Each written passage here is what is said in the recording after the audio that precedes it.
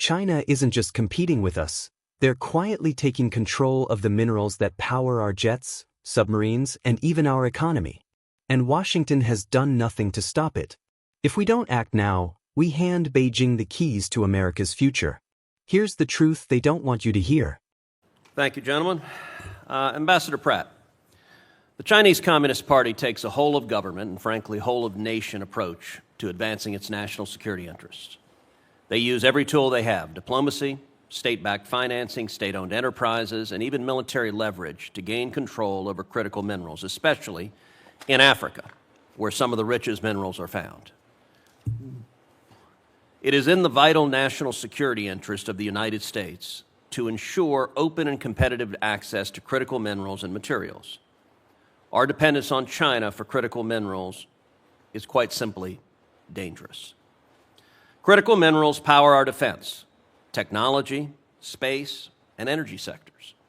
To put it bluntly, an F-35 requires about 900 pounds of rare earth elements, and a Virginia-class submarine needs over 9,000 pounds.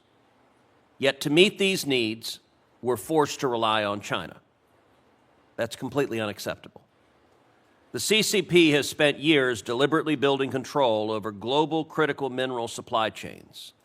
Today, they control major mining operations across the Democratic Republic of Congo and much of the continent. That's not just investment, it's control, it's dominance, and it comes at the expense of our African partners while harming U.S. national interests. Ambassador Pratt, can you talk a bit about how China has been able to outmaneuver the United States in securing critical minerals with a breakdown by region in Africa? Thank you very much, Senator. I agree completely with the premise for your question. China has engaged in behavior that is corrupt, number one, with a lot of bribes and payoffs to secure agreements that favor their own companies. And they've also taken advantage of unfair labor practices to their own advantage, while also engaging in monopolistic behavior that has manipulated prices to the disadvantage of American companies.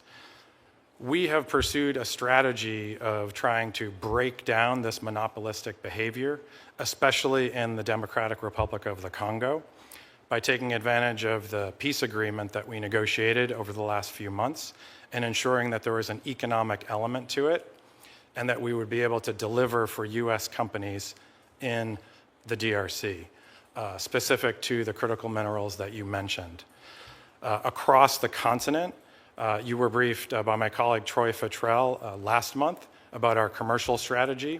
We are adding to that our critical minerals strategy to ensure that U.S. companies have the access that they need in West Africa, Central Africa, East and South Africa. And we want to use mechanisms that exist like the DFC to achieve this, but mainly by getting in with the heads of state and ensuring that U.S. companies who have requested our assistance get the assistance that they deserve. So moving on to you, Mr. Woodard. As I alluded earlier, China's control over critical mineral supply chains has affected our national security posture on a global scale. We all saw this play out during the COVID-19 pandemic. It was a wake-up call to Americans realizing how much our economy is intertwined with China's in ways that many had not seen before. The CCP knows this, and they've spent decades securing control over global critical mineral supply chains as part of their broader civil-military fusion strategy to threaten our security interests. Please briefly describe the scope of China's critical mineral dominance, from extraction to refining to downstream production, and how that poses strategic risks to the U.S. economy and military. Thank you, Senator, and your question really gets at the heart of the matter for sure. So China has spent a lot of time and effort and resources to lock down key supply chains, particularly the processing part of the supply chain in many minerals. So in some cases, graphite, for example, it's nearly 100% of the global supply will come through China at some point to be processed. And people unfamiliar with this may not recognize how close to home some of this can hit. So for example, if you look at cobalt, China has spent a lot of effort overproducing cobalt, and that has damaged mining projects here in the United States. In Idaho, for example, there are some mines in Idaho that can't operate because the price is too low. And that is a clear and direct result of Chinese monopolies in the DRC overproducing, damaging our people here in the United States. And this is another example of why we need to engage in Africa to thwart what China is trying to do and engage there with our embassies and personnel. So to both of you, what can and should be done about this? How can we take back control of critical minerals throughout the supply chain? Senator, thank you. We were very eager to take advantage of direct outreach from multiple major U.S. companies right at the beginning of this administration who wanted us to engage in the DRC and help them secure deals with that government. We simultaneously were receiving requests from the head of state of the DRC that they wanted U.S. companies to be involved. We linked this with our diplomatic strategy to pursue peace talks and host them, which these companies also requested that we do. And we've been supporting these American companies to secure deals on the very minerals that you listed in your briefing. Chairman, I'd emphasize a point that I think Senator Booker made in his opening comments, which is that in many cases, we're pushing on an open door in many of these countries in Africa. I was at the mining in Daba in Cape Town in February, which is Africa's largest mining conference.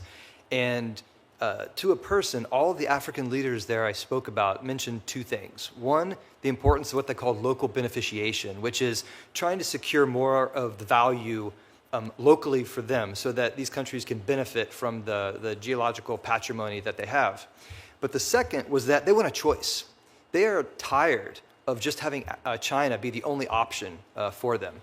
So by us engaging with U.S. and like-minded companies in these countries, having our ambassadors be active on this front in African countries, we can make a real difference going forward, especially when we combine that with other tools like the things that DFC and XM are doing, the projects they're supporting as well. Thank you. Thank you. Ranking Member. Welcome back to Jace Manhwa, where we expose the truth the mainstream won't. If you care about America's future, hit like and subscribe because this one is critical. China is waging an economic war against us, and our leaders have let it happen. The Chinese Communist Party has taken control of global critical minerals, resources that power our military, technology, and energy. An F-35 needs 900 pounds of rare earth minerals, a Virginia-class submarine needs 9,000, and we're relying on China to supply them.